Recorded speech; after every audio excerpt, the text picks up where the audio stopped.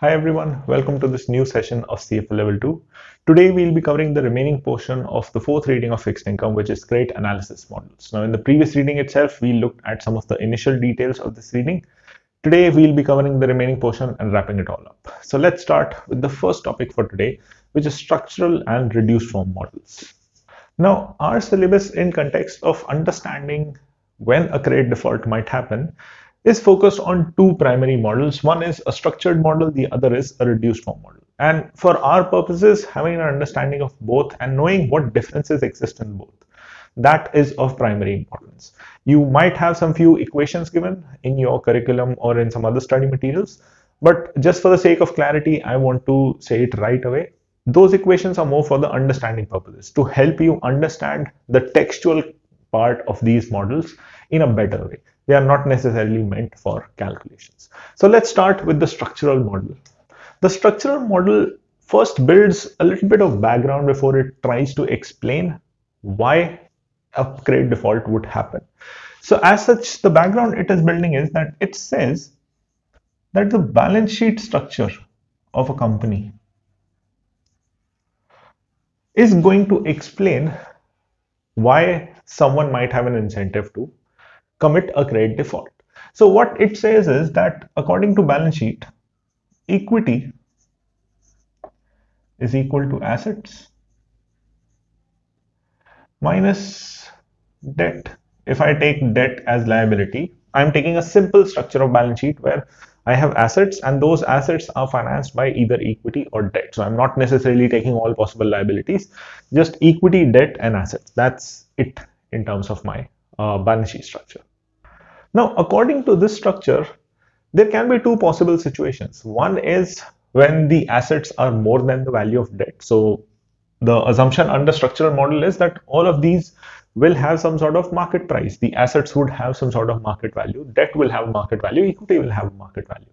So as such, equity will have some value so long as assets are more in value than debt. So long as assets minus debt is a positive value, equity will have some value. But think about a situation where, let's say, the market value of asset falls very steeply.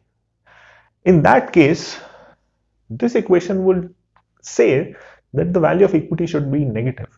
But have you ever heard of a company share price being negative? The lowest a share price can fall is zero. So effectively, what we are left with is a situation that equity will be maximum of 0 or assets at time t minus debt. A denotes assets, K denotes debt. Now, if I try to rearrange this equation, I have debt is equals to asset minus equity. And I already know equity, I can replace it with this particular equation, that equity will be either 0 or it will be assets minus debt in case the assets have a higher value. So this gives me a situation where debt can have two values. So we can have two situations. First is where the value of assets is more than the value of debt, in which case the value of equity will be AT minus K. And if I replicate or put this value in place of this equity, value of debt simply becomes K, the amount of loan you took. But if debt is more than assets, in that case, value of equity will become 0. And as such, debt is only equal to A. Which means that from the perspective of debt, the minimum amount they will get is equal to the value of assets. And the maximum amount they will get is equal to the value of debt itself. So at no point can you get more money than what the loan is. Now, all of this is just a sort of precondition or understanding the kind of structure that this model is trying to present.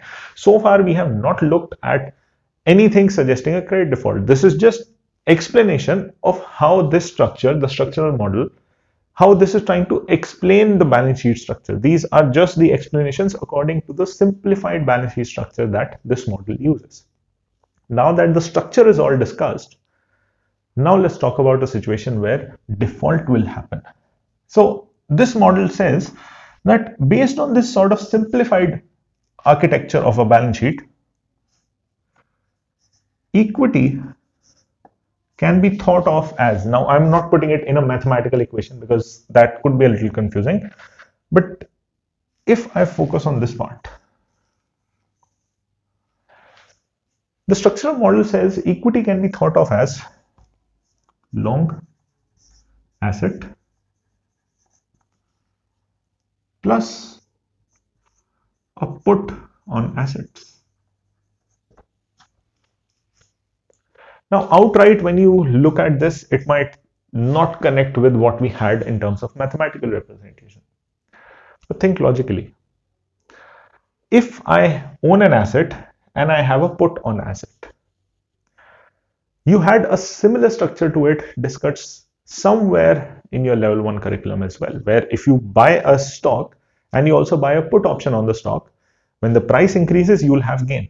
But when the price falls, you can effectively dispose of that asset without losing value.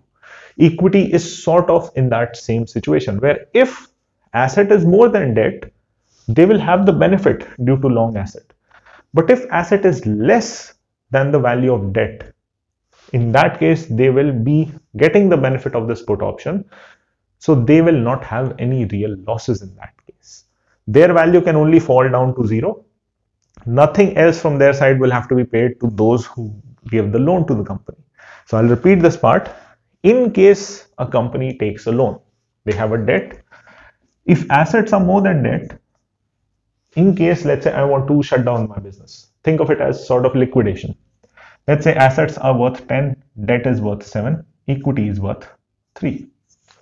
In this case, out of 10, I'll pay off the 7 and the remaining 3 will go to equity. But let's take a situation where assets are less than debt. Let's say I have an asset only worth 5 and I've taken a loan worth 7. In this case, can equity be asked to cover and pay 2 more? No. Equity will at max lose all of their existing value. They will not have to pay anything else. They will not have any additional losses. Rather, it is the debt that will bear all the losses, because effectively the person who gave the loan, he is only able to recover 5 out of the 7 he gave a loan for. So I hope the structure so far is clear. Now I know that when you look at it in this particular sense, it often looks a lot more technical than it is. So let me take an example of a very simple logic. Imagine you go to a bank, you want to buy a house, the house is worth $100,000. You go to a bank, you ask for a loan, and the bank gives you a loan of $80,000.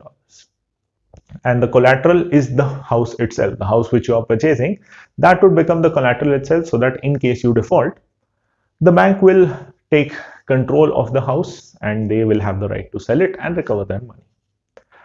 For now, ignore all of this, just focus on the example. So you took a loan of $80,000 to buy a house worth $100,000, that house being the collateral itself. So initially you paid all of your installments, all of the interest in a timely manner. But let's say after 2 years, the housing market has collapsed. The value of your house is only $30,000. At this point, do you think it would be justified for you to keep paying interest and installment on a loan that is for $80,000 if you can just default on the loan and let them have $30,000 worth of house? There is a good chance that any rational investor would prefer to default in that case, because if you default, you don't have to make any further payments. Bank will only be able to recover 30,000. The 50,000 loss that the bank is going to have, that would be borne entirely by the bank. So as a result, this model tries to replicate that same thing. This is saying that as the value of asset falls below debt, equity has an incentive to commit a credit default. Now, in my example, let me be very clear. I'm not suggesting that you go on defaulting your bank loans whenever the collateral is less. In fact, banks also keep those things in consideration. So in the real world, you don't have those situations. But just for the sake of clarity, if you understand that example, That is exactly what structural model is saying. This is saying equity. Equity is the person who owns the asset, who took the loan. It is saying equity has an incentive to commit a credit default when the value of asset falls below the value of debt. So as such, structural models are trying to explain why a credit default could be committed. What could happen that would motivate someone to commit a credit default? Let's look at reduced form models.